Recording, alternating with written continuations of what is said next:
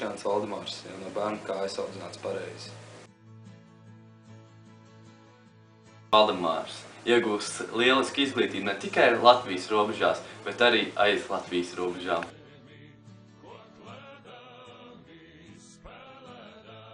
Pēc Tērbutu universitātes beigšanas Krišjāns Valdemārs ieguva augstu amatu Pēterburgas finanšu ministrijā. Krišjāns Valdemārs nodibināja pirmo jūras skolu Latvijā Ainažos.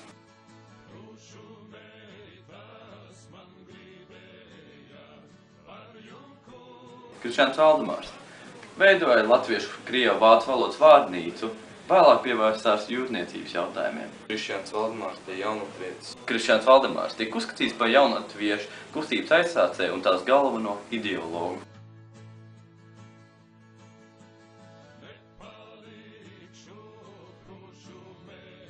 Krišjāns Valdemārs kopā ar saviem sekotājiem izveidoja Dainu skapri.